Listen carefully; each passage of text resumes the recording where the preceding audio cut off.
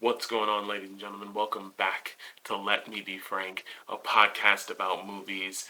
I am your host, Frank, and today we are talking Strange Darling, which sits at a beautiful hour and 36-minute runtime.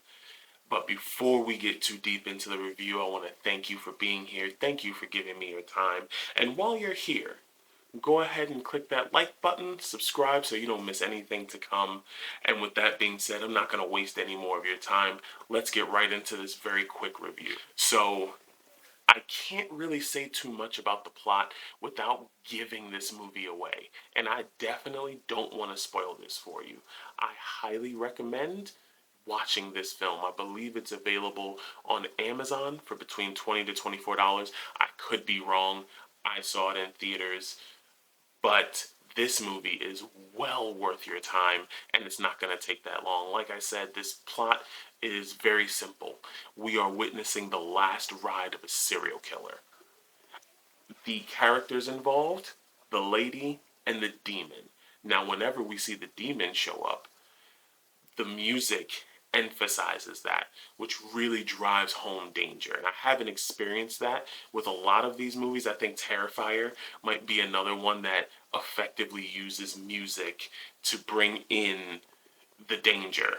So whenever the demon shows up, the music drops and almost simulates your first drop on a roller coaster, where it causes you to feel this overwhelming sense of dread. And you don't really get that in movies because they're too busy trying to be fancy and use all these, beautiful sounds and all of that.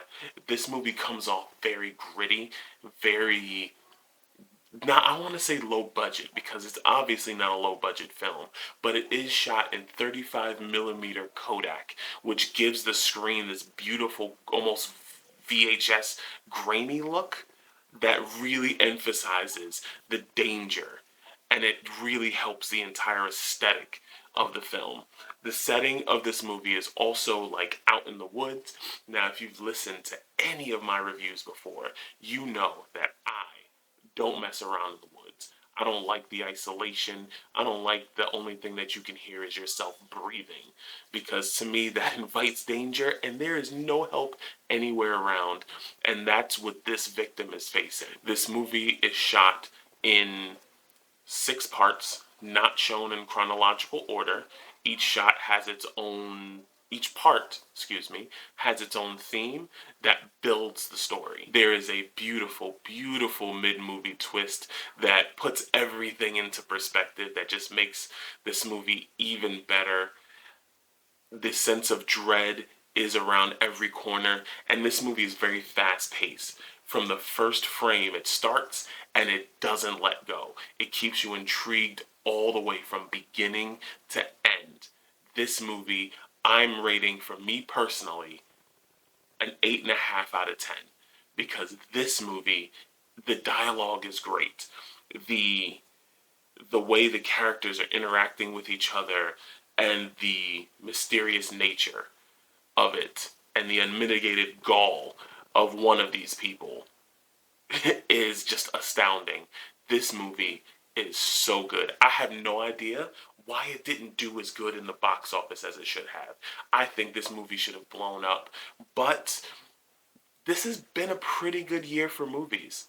So, ladies and gentlemen, that's my review. That's my thoughts on Strange Darling.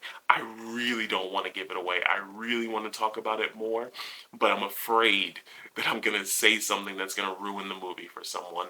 So, ladies and gentlemen, that's going to be it. Go see this movie. And have you seen this movie? If you have, let's drop some comments and let's talk about it. I'll see y'all next time. Peace.